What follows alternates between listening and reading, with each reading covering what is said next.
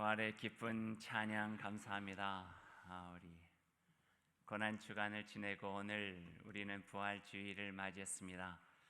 부활주일, 기쁨의 주일을 맞이해서 우리 함께 인사하면 좋겠는데요. 손을 한번 들어보시죠. 우리 오늘 기쁜 날이니까 우리 평소에 안 하던 거 한번 하죠. 제가 할렐루야 하면 여러분이 아멘 하셔야 돼요. 예수님 부활하셨습니다. 할렐루야. 여러분도 잘하시네요. 아멘. 평소에 안 하셔서 잘 못하시는 줄 알았더니 다시 한번 하죠. 예수님 다시 사셨습니다. 할렐루야. 참 좋네요. 한 번 더 할까요? 신나는데요.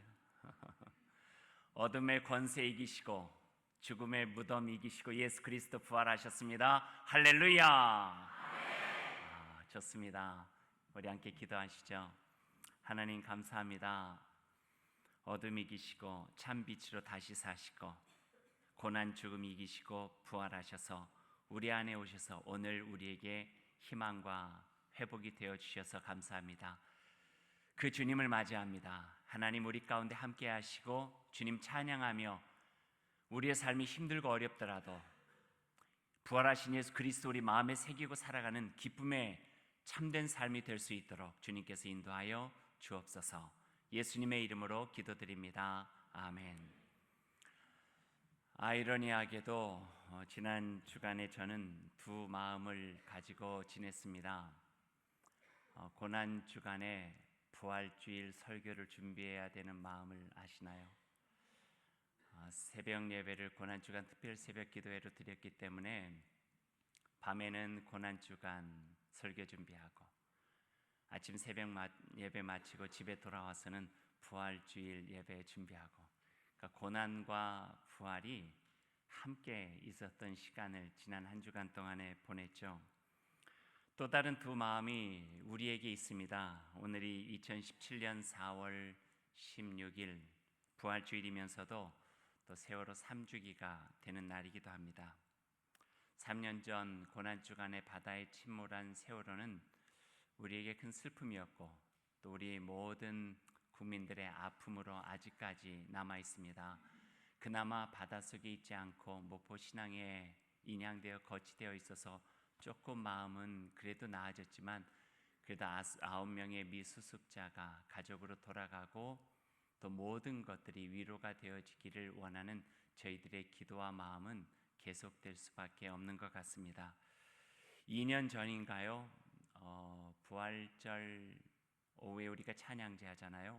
오늘 오후에도 있듯이 찬양제 할 때 앞에서 전체 그 사회를 보던 집사님이 중간 막간을 이용해서 이런 걸 한 적이 있었어요. 여러분 기억나시는지 모르겠어요. 옆에 있는 사람의 등에다가 우리나라 지도를 그려버려요. 기억나세요? 그리고 난 다음에 서울을 찾아버려요. 그러니까 짐작되는 곳으로 서울을 딱 찍었죠. 그 다음에 광주를 찾아버려요. 그래서 광주도 딱 찍었어요. 이때까지만 해도 옆 사람의 이렇게 간지럼을 태우기 위해서 놀이를 하는 모양이다 이렇게 생각을 했어요. 근데 갑자기 그 앞에 인도하던 집사님이 진도 팽목항을 찾아보라는 거예요. 근데 그때부터 마음이 조금 숙연해졌어요. 진도 팽목항을 찾았죠. 그랬더니 우리들에게 그 팽목항 찍은 자에다가 손을 가만히 포개 올려놓고 기도해 주시라고 그렇게 부탁을 했어요. 그때 제 마음이 얼마나 울컥했는지 몰라요. 성 프란체스코의 평화의 기도 속에 이런 식구들이 있어요. 주여 나를 당신의 도구로 쓰소서. 미움이 있는 곳에 사랑을, 다툼이 있는 곳에 용서를, 분열이 있는 곳에 일치를, 그릇됨이 있는 곳에 참됨을, 의심이 있는 곳에 믿음을, 절망이 있는 곳에 희망을, 어둠의 빛을, 슬픔이 있는 곳에 기쁨이 되게 하소서. 위로받기보다 위로하고 이해받기보다 이해하며 사랑받기보다는 사랑하게 하여 주소서. 우리는 줌으로써 받고 나를 잊음으로써 나를 찾으며 용서함으로써 용서받고 죽음으로써 영생을 얻기 때문입니다. 여기도 이중성이 있네요. 빛은 어둠이 짙어지면 짙어질수록 빛은 더 밝아 보이죠. 희망은 절망이 깊으면 깊을수록 더 희망차 보이고요. 고난을 얼마나 우리 마음속에 깊게 예수 그리스도 십자가에 다가갔느냐에 따라서 부활의 참된 기쁨과 소망은 우리에게 더 넘칠 수 있게 된다 하는 말씀이에요. 오늘 부활주일입니다. 어쩌면 죽음을 이겼다, 다시 사셨다, 그 상징적인 어구뿐만 아니라 그 전에 예수께서 어떤 삶을 살아오시며 고난까지 가셨는지, 가장 낮은 곳에까지 가셔서 그 속에서 고난당하는 이들, 슬픈 이들, 아픔 이들, 좌절과 절망 속에 있는 이들을 그 가슴으로 품고 어쩌면 하늘 아버지께 기도하며 승화하신 날이 부활이에요. 그래서 부활은 우리에게 한없는 위로예요. 부활은 우리에게 희망이에요. 부활은 우리에게 치유가 되고, 부활은 우리에게 회복이 되어지는 참된 생명의 날이 부활절이에요. 아픔을 느껴보지 못한 사람은 건강에 대한 소중함을 알 수 없듯이 예수 그리스도의 십자가가 얼마나 소중한가를 우리 마음속에 알아야지만 부활하신 예수 그리스도께서 나에게 어떤 의미로 다가오시는가를 우리가 고백할 수 있게 되어지는 참 기쁘고 소중한 날 부활주일입니다. 그 부활의 기쁨이 저와 여러분 가운데 가득하기를 간절히 소망합니다. 오늘 저는 부활의 아침을 맞아서 베드로에 대한 이야기를 여러분과 잠깐 나누고 싶어요. 아마도 부활하신 예수님에 대한 기억의 크기를 생각하면 베드로 이상하는 사람이 별로 없을 것 같아요. 베드로는 예수 그리스도의 부활과 함께 다시 살았어요. 육신은 살아 있었지만 죽은 것 같았던 그 심령에 예수 그리스도의 부활은 그에게 새로운 소망과 소생의 기쁨을 주신 거예요. 예수 그리스도의 부활이 없었다면 베드로는 절망 속에 빠져서, 좌절의 늪 속에 빠져서 자기 분노와 자신을 용서하지 못한 채 형편없는 인간으로 살아갈 수밖에 없는 이가 바로 베드로였을 거예요. 하지만 그에게 예수 그리스도 부활하셨고, 부활하신 예수 그리스도가 그에게 다가가셔서 그의 어둠을 터치해 주셨어요.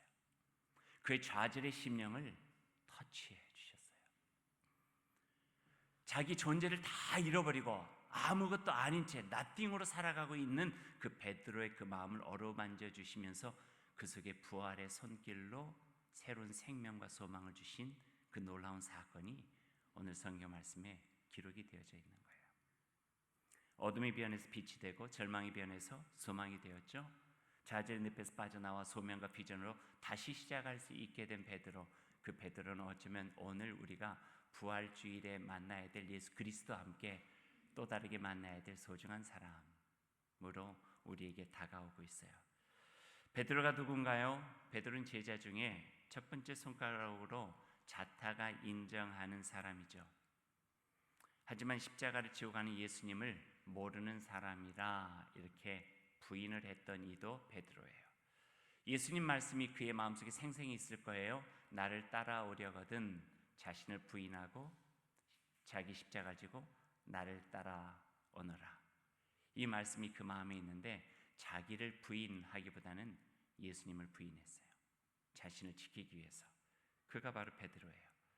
그런 자신을 용서하지 못해서 예수님 십자가에 돌아가신 후에 예루살렘에 머물 수 없어 낙향하여 어쩜 노숙자 신세처럼 아무런 의미 없이 갈릴리 호숫가에다 그물을 던지며 살아가는 이로 전락해버리고 만 것이죠. 그때 부활하신 예수님이 갈릴리 호숫가로 베드로를 찾아가십니다. 오늘 우리가 함께 읽은 요한복음 말씀에서 예수님의 베드로를 향한 그 사랑의 모습을 우리가 볼 수 있게 돼요. 갈릴리 호숫가로 친히 찾아오신 예수님, 아직 캄캄할 때 어둑어둑하죠. 미명이 밝지 않았으니까요. 그림자처럼 보이는 저 호수 안에 고기를 잡고 있는 제자들 향해서 예수님께서 외치세요. 여보시오, 거기 고기 좀 잡았어. 성경에 그대로 있어요. 거기서 소리가 들려옵니다. 아니요, 아직 아무것도 잡지 못했어. 예수님이 다시 그들 향하여 큰 소리로 말하죠. 그럼 그물을 배 오른편에다 던져보시오. 그러면 고기를 잡을 수 있을 것이오. 그리고 제자들은 그 소리를 듣고 배 오른편에다가 그물을 던졌어요. 그랬더니 고기가 가득 잡힌 거예요. 가득 잡혀서 들 수 없을 정도 되었을 때 베드로의 마음속에 떠올랐던 생각이 있어요. 3년 전. 그리고 음성이 낯익은 음성이라고 하는 것을 알아챘죠. 그리고 베드로가 탄식하듯이 고백해요. 주님이시다. 주님이 오셨다. 그리고 일하느라 벗어놓았던 겉옷을 다시 들쳐 입고 물속으로 뛰어드는 거예요. 성경에 보니까 거기까지 50m 정도 된대요. 호수가까지 50m 되는 그 거리를 예수님의 몫을 두고 베드로는 수영을 해서 주님께로 다가가는 거예요. 그때 주님은 숯불에다가 생선을 구워서 아침을 준비해 놓고 계셨어요. 밤새도록 일한 제자들을 위해서. 그리고 제자들이 벌써 아침을 드세요. 무슨 말을 할 수 있었을까요? 아무 말씀도 하지 않으셨겠죠. 아침을 함께 드신 다음에 베드로에게 예수님께서 물으세요. 요한의 아들 시몬아, 네가 이 사람들보다 더 나를 사랑하느냐? 요한의 아들 시몬아, 네가 이 사람들보다 더 나를 사랑하느냐? 3번씩이나 질문하는 예수님의 질문이죠. 예수님께서는 참으로 오랜만에 베드로에게 예전의 이름으로 불러주셨던 거예요. 어쩌면 마태복음 16장 이전 예수님의 그 여정 초행 외에는 베드로를 그 전의 이름이었던 시몬으로 불러준 적이 없었어요. 그런데 예수님께서 요한의 아들 시몬아 라고 불러주신 거예요. 아마도 베드로에게 처음 갈릴리 호숫가에서 고기를 잡은 후에 네가 이제 고기를 낚는 나부가 아니라 사람을 취하는 어부가 되게 하겠다 말씀해 주셨던 그 예수님 말씀을 기억하게 하시고 3년 전으로 되돌리시려고 하는 마음들이 있으셨던 것 같아요. 아니 어쩌면 너는 이제 나를 3번이나 부인한 베드로라는 이름이 아니라 다시 처음으로 돌아가서 나를 만나서 처음 시작했던 그 순간으로 다시 시작하면 어떻겠니? 라고 하는 자상한 예수님의 마음이 그 호칭에도 담겨 있는 것 같아요. 요한의 아들 시몬아, 네가 이 사람들보다 더 나를 사랑하느냐? 물으실 때 베드로가 대답하죠. 예, 제가 주를 사랑하나이다. 우리 한국말 성경에 보면은 이게 긍정으로 보여요. 사랑하느냐? 예, 사랑합니다. 하지만 헬라어 원어로 보면은 이건 긍정이 아니에요. 예수님께서 물으셨던 것은요. 성경에 그대로 읽어보면은 아가페오 네예요. 아가페오 네. 아가페오 메는요. 아가페적인 사랑으로 나를 사랑하느냐 하는 거예요. 그러니까 주님으로 하나님으로 한결같은 주님에 대한 그 사랑을 가지고 사랑하느냐 물은 거예요. 그런데 베드로의 대답은 아가페오메라고 하면은 원래 대답은 아가페오세 해야 돼요. 네, 그렇게 사랑합니다. 근데 베드로는 그렇게 대답하지 않아요. 뭐라고 대답하냐면은요, 필리오세 그래요. 필리오세. 필리오는 아가페오하고는 다르죠. 우리가 잘 알듯이 친구 간의 사랑이에요. 때로는 욕심에 따라서 그 이기적인 마음으로 등 돌릴 수도 있고 외면할 수도 있고 내 생각 먼저 달 수 있는 어떤 불완전한 사랑, 뭐 그런 사랑이에요. 그 베드로는 차마 그 아가페오세라고 대답할 수가 없었던 거예요. 그러니까 필리오세. 네가 나를 아가페 사랑으로 사랑할 수 있느냐? 아닙니다. 저는 주님을 필리오의 사랑밖에 할 수가 없습니다. 이런 고백이겠죠. 예수님께서 두 번째 다시 물으세요. 똑같은 질문하신 거예요. 아가페오메라고 물으세요. 베드로는 똑같이 대답할 수밖에 없었어요. 필리오세. 그리고 세 번째 주님이 다시 베드로에게 물어요. 근데 질문이 달라졌어요. 아가페오메라고 물으시던 예수님에서 세 번째 질문요. 필리오메라고 물으세요. 필리오메.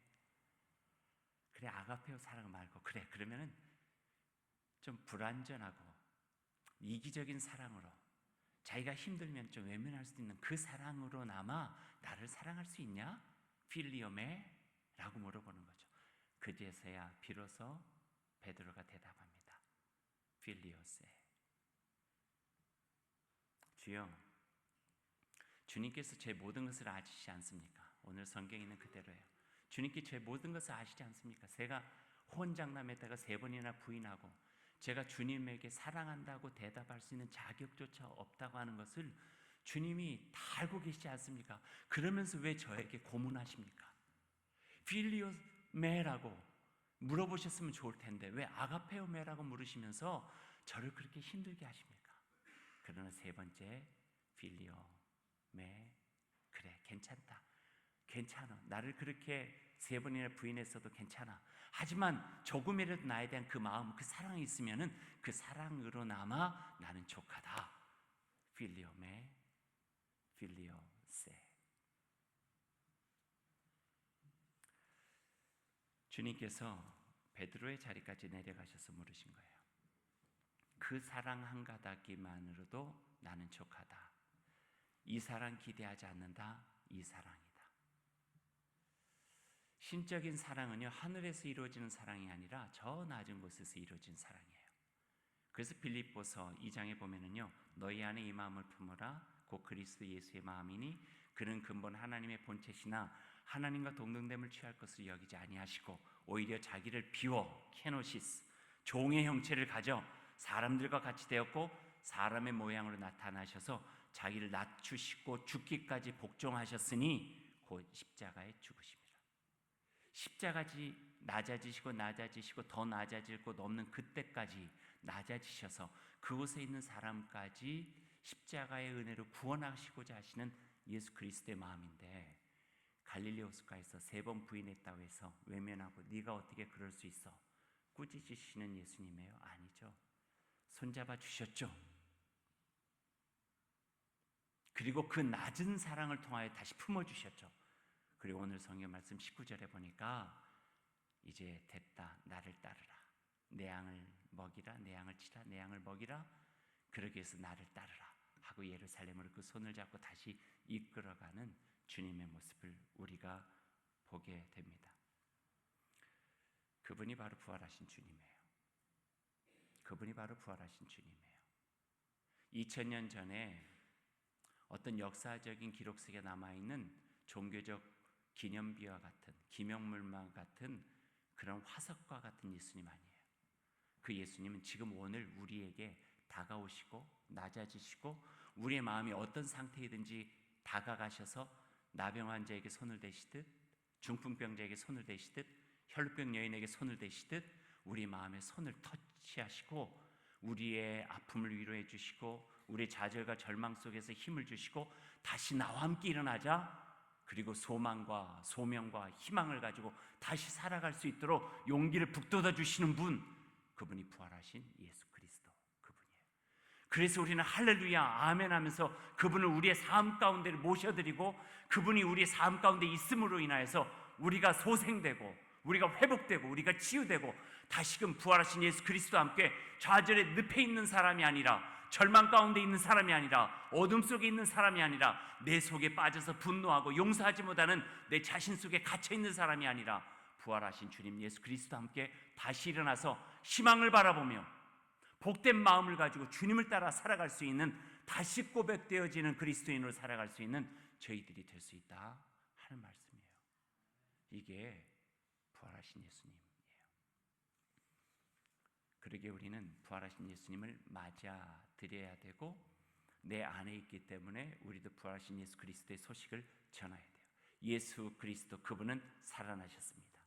2000년 전에 계시는 분이 아니라 지금 오늘날 내 안에 살아계시고 우리 가운데 살아나셨고 당신을 살리실 수 있습니다. 당신의 좌절과 당신의 아픔과 어려움 속에서도, 당신의 슬픔 속에서도 주님 예수 그리스도께서 부활하셔서 살아나신 것처럼 당신들에게도 소망이 되어지면서 살아나실 수 있습니다 하는 그 희망의 메시지를 우리가 같이 나눠야 되는 것이죠. 이야기 하나만 더 할게요. 제가 전에 목회하던 때 있었던 이야기예요. 캐나다 교회에서 가깝게 지내던 목사님이 계셨어요. 근데 그 목사님 고향이 경상북도 청송이에요. 근데 청송이면 그나마 괜찮은데 청송에서도 한참 들어가는 시골 아주 산간 벽지에서 그 고향이에요. 그래서 그런지 캐나다에서 꽤 오래 사셨어요. 저 갈 때보다 한 10년 전쯤에 계셨으니까 꽤 오래되셨는데도 이 사투리는요 안 바뀌어지시는 것 같아요. 아주 그 경상북도 오래된 사투리가 그대로 있어요. 근데 한국말 사투리는 그대로 들어주겠는데 재밌는 건요, 사투리를 지난 분은 영어를 배워도 영어의 사투리가 배요. 그래서 조금 흉내 내면은 그분이 영어를 하시면은 이게 사투리인가 영어인가 이 분간이라는데, 뭐 믿는 자에게 능치 못할 일이 없다. Nothing is impossible 막 이래요. 하여튼 좀 발음이 좀 그래요. 근데 신학교 공부를 잘 하셨어요. 마치고 난 다음에 문제는 이제 다른 교회 가서 목회를 하셔야 되는데 한인 교회에서 목회할 자리가 없었어요. 그러다 보니까 그 백인 교회 중심이 되어져 있는 캐네디언 교회에서 목회를 청빙을 받게 된 거예요. 어렵게 그것도. 토론토에서 조금 떨어진 그 시골에 있는 어떤 교회에서 그분을 청빙하셨어요. 신학교도 다 졸업하고 목사도 되셨고, 그러니까 이분이면 괜찮겠다 해서 청빙을 하게 된 거죠. 근데 이제 부임해서 문제가 하나가 생겼어요. 그것은 설교를 하시는데 금방 말씀드렸잖아요. 그 영어가 사투리가 꽤 많이 진하시다고. 설교를 얼마나 열심히 준비해서 하셨는데 문제는 아무도 그 설교를 알아들을 수가 없다는 거예요. 교인들이 이게 영어 맞아? 뭐 이러면서 들었던 거예요. 한 주일, 두 주일, 세 주일, 한 달 반 정도가 지나갔어요. 5, 6주 정도가 지나가게 된 거죠. 목사님은 처음 부임하고 이제 신학교 졸업하고 첫 목회니까 얼마나 열심히 준비해서 그냥 밤새도록 원고 준비해가지고 했는데, 문제는 아무리 좋은 설교의 말씀도 알아들을 수가 없으니 어떻게 해요? 목사님이 고민이 생겼어요. 얼굴 표정 보니까 못 알아듣는가 알았어요. 몇 사람 이야기하는 것도 들었어요. 무기력증에 빠진 거예요. 무능력증에 빠진 거예요. 아무리 고쳐보려고 해도 고쳐지지 않는 것이 있잖아요. 사람의 약점들이 있잖아요. 그러다 보니까 설교 강단이 두려워져요. 여러분도 이해하시지 모르세요. 설교 강단이 두려워진다는 거. 주일이 오는 게 두렵고, 설교 강단 올라갈 때 다리가 떨리고 뭔 말을 해야 될지 앞이 캄캄해지고, 그러니까 더 영어는 안 되고 힘들어서 계속 반복이 되어집니다. 목소리는 쪼그라들고, 그러다가 그 마음속에 나는 이렇게 내가 할 수 있을까? 그만두어야 될까? 심각한 고민에 빠졌어요. 그러는 어느 날 며칠이 지나고 교회의 리더들이 그 목사님을 찾아왔어요. 목사님 잔뜩 긴장했죠. 목사님 뵙기를 원합니다 해서 한 여러분이 찾아오셨대요. 그리고 그 목사님께 이런 이야기를 해요. 목사님, 저희들이 오랜 시간 이야기를 한 끝에 목사님께 말씀드려야겠다 생각하고 이렇게 목사님을 찾아오게 되었다고. 솔직히 목사님의 영어 설교를 전혀 알아들을 수가 없습니다. 그래서 몇 주 동안 저희들이 이야기하고 고민하던 끝에 이런 결정을 내리게 되었습니다. 그때 목사님의 마음은 덜컥 이제 올 게 왔구나, 이제 그만둬 주시면 좋겠습니다, 이 이야기가 나올 줄 알았죠. 그런데 그 다음에 한 이야기는 이런 이야기였어요. 그런데 저희들의 결정 속에 목사님의 영어 발음에 우리가 좀 익숙해질 필요가 있겠다 생각을 했습니다. 그래서 저희들이 이런 결정했습니다. 저희 교우 중에 영어 선생으로 은퇴하신 분을 우리 목사님에게 금요일부터 이렇게 만날 수 있도록 시간을 어레인지를 했습니다.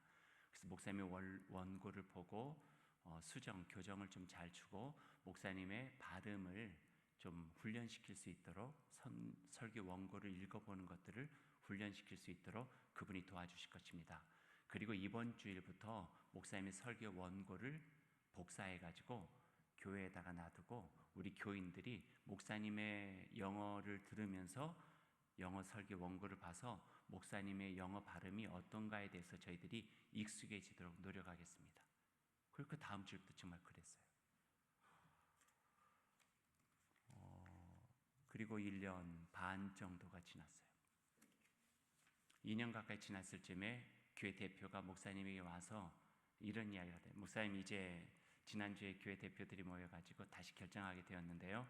다음 주일부터 설교 원본을 복사하지 않기로 했습니다. 그렇게 이야기를 했대요. 어떻게 그런 결정을 할 수 있었을까? 제가 그 목사님께 여쭤봤어요. 아니 그 교회는 어떻게 그런 결정을 할 수 있었대요? 왜냐하면 상식적이면은 이 목사님 우리 교회가 안 맞다, 다른 교회 찾아보시는 게 더 좋겠습니다. 이게 훨씬 더 편했을 텐데 그런 이야기가 없었던 게 아니래요. 그 리더십 모임에서. 근데 그 중에 한 어른이 이런 이야기를 하셨대요. 여러분의 말씀도 다 일리가 있는데 우리는 기업이 아닙니다. 우린 교회입니다. 기업은 사람의 능력으로 평가하지만 교회는 부족하고 연약한 부분이 있거나 어려운 부분이 있으면 도와줘서 예수 그리스도의 사랑으로 함께 잘할 수 있도록 하는 것이 바로 교회입니다. 좋은 목사님 청했으니 부족함 채워서 더 좋은 목사님으로 우리가 함께 했으면 좋겠습니다. 그 말에 모든 이가 공감하고 그런 결정을 하게 되었다는 이야기를 들었어요. 여러분 이 이야기가 부활주일 예수 그리스도와 상관이 없는 이야기처럼 들리시나요? 저는 매우 긴밀한 상관이 있다고 생각해요. 부활하신 예수 그리스도를 닮은 이들이 할 수 있는 일들이에요.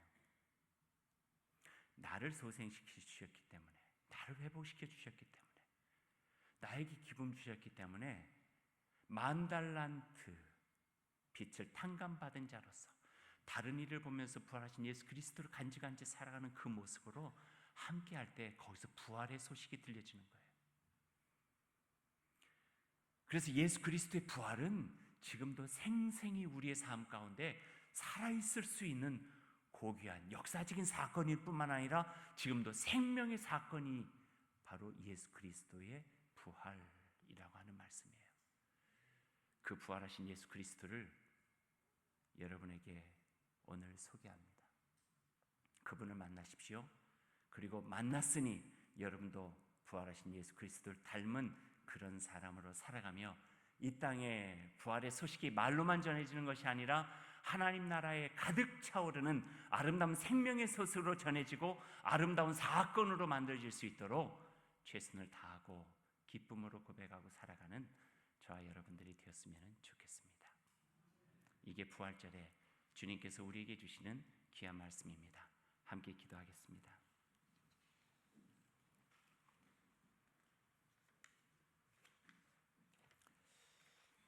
2017년 4월 16일 오늘 우리가 맞이하는 부활절은 특별합니다. 종교개혁 500주년이고 세월호 3주기입니다. 슬픔의 자리, 아픔의 자리, 참담한 자리가 여전합니다. 갈릴리 베드로를 찾아가 주신 예수님, 세월의 아픔 속에 찾아가 주시고 가족 잃고 아픔 속에 찾아가 주시고 저 북녘 땅에도 난민 지역에도 장애로 가난으로 사업 실패로 질병의 고통으로 가족 간의 관계 단절로 상심과 좌절로 다시 일어나기 어렵다 여겨진 수많은 자리에 다시 찾아가셔서 주님 계셔서 부활의 참 기쁨을 누릴 수 있도록 주님 함께하여 주옵소서. 우리가 부활하신 예수를 믿는다 하면서도 부활이 가지는 본질적인 삶의 가치를 구현해내지 못한다면 화석화된 부활만을 이야기하는 것입니다. 종교라는 거대한 틀 속에 화석화된 죽은 부활 말고 삶 가운데 살아있는 예수 그리스도의 가르침대로 희망 없이 눈물 흘리는 이들을 찾아가 죽음이 아닌 생명을 부활시키는 것이 이 시대를 살아가는 그리스도인의 모습이고 우리 다일교회 성도들이 살아가는 진짜 부활의 모습입니다. 주님, 오늘 이 부활의 아침에 부활하신 주님을 경험하고 우리도 주님을 닮아 우리가 살아가는 삶의 자리에서 부활을 진정한 소식으로 전하고 다시 살아나는 놀라운 경험들이 이루어지도록 애쓰며 살아가게 하옵소서. 예수님의 이름으로 기도드립니다. 아멘. 436장 찬송하겠습니다.